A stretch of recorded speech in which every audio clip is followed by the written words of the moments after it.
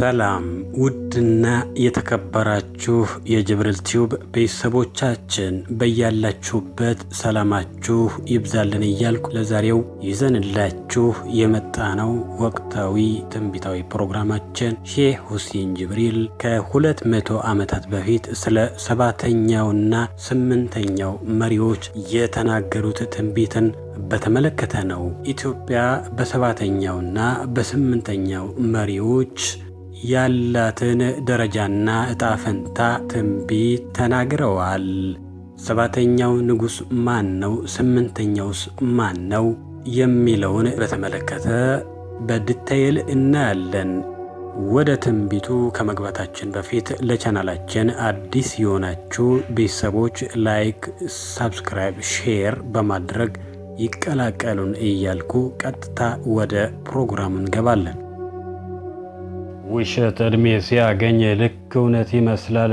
የእውነትን ቦታ ቀምቶ ይወርሳል። እውነትን አባሮ ተሹሞ ይነግሳል። የሐሰትን ሱሪ ኮት ካባ ይለብሳል። የእውነትን ተራ ገበያ ያፈርሳል። ሐቀኛ ተንቆ ዋሾ ይከበራል።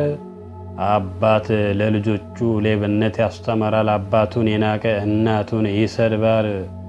እናት ወልዳት ብታ ልጇ ይክዳታል። የወላጅነቷን ፍቅር ይነሳታል። እንደ ባለጋራ አድርጎ ያያታል።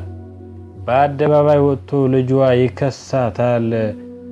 አቋቋሟ መልኳን ፊቷን ይጠላታል።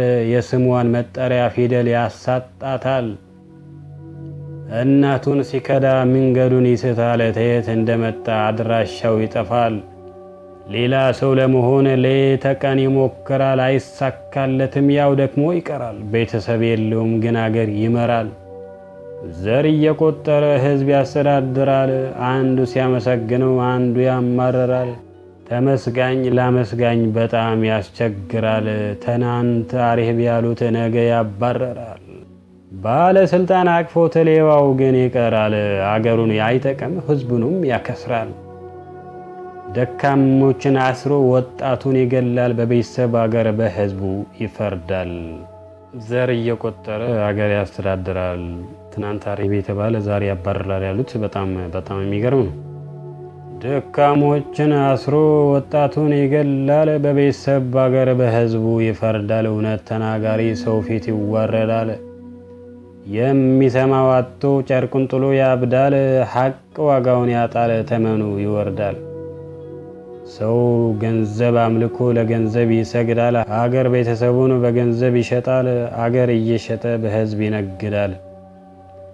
ሰው ጉቦ መብላት ሴት ወንዱ ይለምዳል። በዚህ ስራው ኮርቶ አንጋጦ ይሄዳል። መንግስት ተሌባ ጋር በጣም ይዛመዳል። ዓለም በውሸት ግንብ በዙሪያው ይጋረዳል። ህዝቡ ኑሮ ከብዶት ጊዜው ያማርራል። ጀግና ይታሰራል፣ ፈሪ አገር ይመራል። የተባረቀበት ጀግና ሆኖ ያድራል። እንደ አርበኛ ጀግና ራሱን ይቆጥራል። ጦር ሜዳ የዋለው ታዲያ ምን ያወራል? አይን አይቶ ይፈርዳል፣ ልብ ይመሰክራል። ጊዜው እየሮጠ ሰዓቱ ይቆጥራል። ሲሸጥ የነበረው መግዛት ይጀምራል። ሲሸምት ያጣ ሰው ሲገዛ ይከብራል። ለማኝ ሀብት አግኝቶ ለሰው ያበድራል። ተቀጥሮ የሰራ አልፎለት ይቀጥራል። በሰፈራት ቁና ሁሉም ይሰፈራል። ኢትዮጵያ ምድር ላይ ብዙ ግፍ ይሰራል። ሰው ዋጋውን ያጣል፣ መብት ይደፈራል። የማይበርድ ጦርነት ሰሜን ላይ ይጫራል። በኢትዮጵያ ህዝብ ላይ ቂም ተክሎ ይቀራል። ይሄ ሁሉ ሲሆን ህዝብ ቆሞ ያያል። አንድ የተማረ ሰው ተው የሚል ይታጣል። የልጅ ልጅ ሲጠይቅ በኋላ ይጨንቃል። ምን ትሰሩ ነበር ብሎ ይጠይቃል። ይህ አይነት ጥያቄ ቤት ይመለጣል። ያልተማረው እንኳን ብዙ ነገር ያውቃል። ይሆናል አይሆንም ብሎ ይሟገታል። ግራ ቀኙን ሰምቶ አጥፊው ሰው ይረታል። ባንታየን ተብሎ ውሳኔ ይሰጣል። ተዛ ግራ ቀኙ ሽማግሌ ይመርጣል። አንተም ተው ተብሎ ይታረቃል። የኛ እናት አባቶች እንደዚህ ኑረዋል። እንደዚህ አድርገው ለኛ አስረክበዋል። አሁን ተማርን ያሉት ይጫወቱብናል። ታሪኩን ቀይረው ውሸት ያስተምሩናል።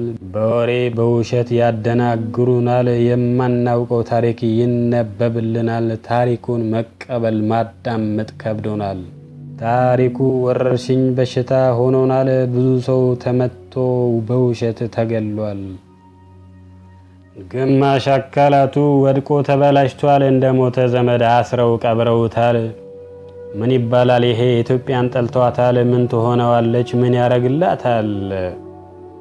የሚያጓጓ ነገር ምንድን አይቶባታል? ልጆቿ ሲፋጁ ሲጋደሉ ያያል።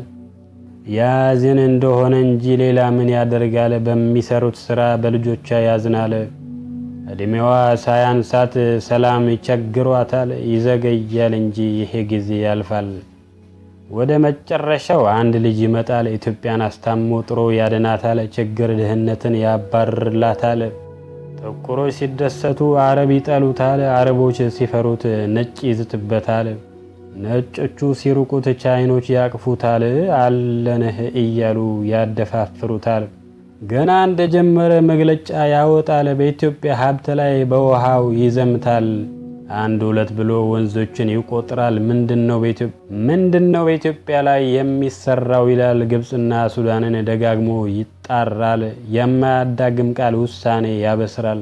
ከግብጽ ከሱዳን ጋር አልግባባም ይላል። የተስማሙበትን ቃሉን ይቀይራል። ውሃ ሀብታችንን በግድ ያስከብራል። ለግብጽ ለሱዳን ቃል ይደራደራል። እያስጠነቀቀ ደጋግሞ ያብራራል። ውሃ ታልገዛችሁ አታገኙም ይላል። ለሁለቱም አገር ግብር ያስገብራል። ሱዳን መርሃባ ሲል ግብጽ ያንገራግራል። ያን ጊዜ ውሃችን ዋጋው ይጨምራል። የውሃ ውድነት በዓለም ይነገራል። እንደ አልማዝ እንደ ወርቅ ተመኑ ይንራል። ውሃ በቆርቆሮ በበርሜል ይሸጣል። አረብ ውሃ ሊያገኝ መሬት ይቆፍራል። መንግስቱ ሲጨንቀው ህዝቡን ያማክራል። ሳይወድ በግዱ ወደ ኢትዮጵያ ያመራል። ተሐበሻ መሬት ወንዙ ዳር ያድራል። የሚለው ጠፍቶበት ለመናገር ያፍራል። የሰሩትን በደል በእኛ ላይ ያውቁታል። ያ የበደሉት ህዝብ ተፊታቸው ቆመዋል። ውሃ ሊሸጥለት ይከራከረዋል። አላህ ፍርድ ሲሰጥ ለካ እንዲህ ያምራል። አላህ ፍርድ ሲሰጥ ለካ እንዲህ ያምራል። ውድና የተከበራችሁ የጅብሪል ቲዩብ ቤተሰቦቻችን የዛሬው ትንቢታችን አንጀት አርስ የሆነ የመጪውን መሪያችን ምን ስራ እንደሚሰራ፣ ኢትዮጵያ እንዴት እንደሚቀይራት፣ የኢትዮጵያ ጠላቶች እንዴት እንደሚያሳፍራ፣ እንዲሁም አሁን ያለንበት ሁኔታ ከዛ በኋላ ግን የተሻለ መሪ እንደሚመጣልን የተናገሩት ትንቢት አስደመጥናችሁ። ስላዳመጣችሁን እጅግ እናመሰግናለን። ለዚህ ቻናል አዲስ የሆናችሁ ሰብስክራይብ፣ ላይክ፣ ሼር ማድረጋችሁን አትርሱ እያልኩኝ ለዛሬው ያቀረብንላችሁ ትንቢት የጌታው ሼህ ሁሴን ጅብሪል ፍርድና መደድ ተውሂድ ከተሰኘው የአራተኛ ልጃቸው መጽሐፍ ቀንጭበን አቀረብንላችሁ። በቀጣይ ፕሮግራም እስክንገናኝ ካሌድ ነበርኩኝ። ቸር ሰንብቱ። ቻው።